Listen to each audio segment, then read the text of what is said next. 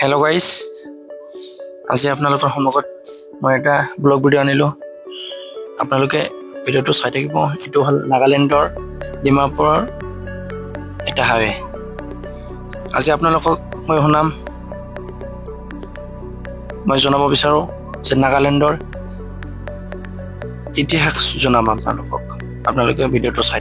মোৰ ভিডিঅ'টো ভাল লাগিলে লাইক কৰি দিব আৰু মোৰ পেজটো ফ'ল' ৰাখিব। যদি ইউটিউবত চাই আছে তো মোৰ চেনেলটো ছাবস্ক্ৰাইব কৰি ৰাখি দিব। তো এতিয়া কথা হ'ল নাগালেণ্ডৰ পুৰণি সমাজসকল মূলতঃ নাগা জাতি, বিভিন্ন উপজাতিৰে গঠিত, যেনে আংগামী, আও, কুৰি, লথা, চেমা, ৰেংমা আদি আৰু বহু জাতি আছে। নাগাসকলৰ নিজৰ পৰিচয়, সংস্কৃতি, নীতি নিয়ম আদি আছিল। প্ৰতিটো গাঁৱে গাঁৱে নিজস্ব যুৱ কেন্দ্ৰ আৰু সামাজিক প্ৰশাসন ব্যৱস্থাৰে পৰিচালিত থাকিছে। নেগাসকলে বাণিজ্যৰ জৰিয়তে অসম, মণিপুৰ, অৰুণাচল প্ৰদেশ বিভিন্ন জনগোষ্ঠীৰ সৈতে যোগাযোগ স্থাপন কৰিছিলে।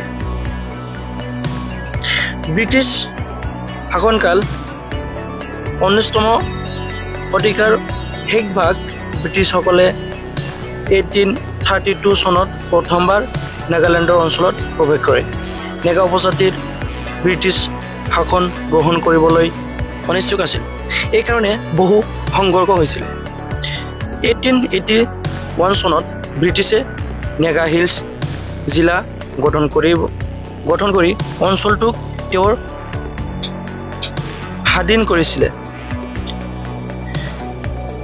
1946 চনত নাগা নেশ্যনেল কাউন্সিল NNC গঠন কৰা হয় আংগামী ফিজু নেতৃত্বত।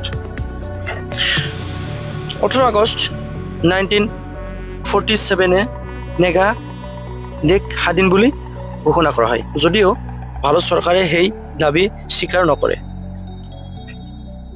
তাৰপিছত বহু দাঙ্গি উঠা সংঘৰ্ষ, শান্তি আলোচনা চলি থাকে।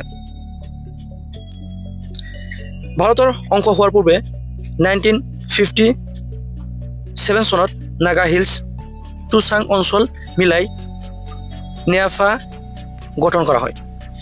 1963 চনত 1 ডিচেম্বৰ নাগালেণ্ডৰ ভাৰতবৰ্ষৰ 16তম ৰাজ্য হিচাপে গঠন হয়। প্ৰথম মুখ্যমন্ত্ৰী আছিলে TN ইংতি। সংঘৰ্ষ শেষ কৰাবলৈ 1975ৰ সময়ত শ্বিলং এক্সকৰ্ড স্বাক্ষৰ হয়, যদিও সকলো গোট সেইটো মানি লৈ নাছিলে। তাৰপিছত NC, CN, IM, NC, NSCNK আদি সংগঠন সৃষ্টি হয়। 1997 চনত ভাৰত চৰকাৰে আৰু NSCN-IM ৰে মাজত স্বাক্ষৰ কৰে। বৰ্তমান সময়ত শান্তি আলোচনাই আগবাঢ়িছে আৰু সংঘাত কমিবৰ বাবে বিভিন্ন উদ্যোগ চলি আছে।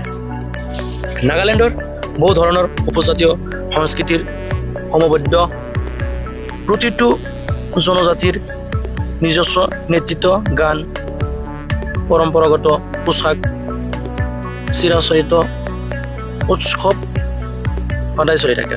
যেনে হৰ্ণবিল ফেষ্টিভেলছ নাগালেণ্ডৰ আটাইতকৈ জনপ্ৰিয় উৎসৱ, যিটো দেশৰ ভিতৰতেও আৰু বাহিৰতেও বিখ্যাত।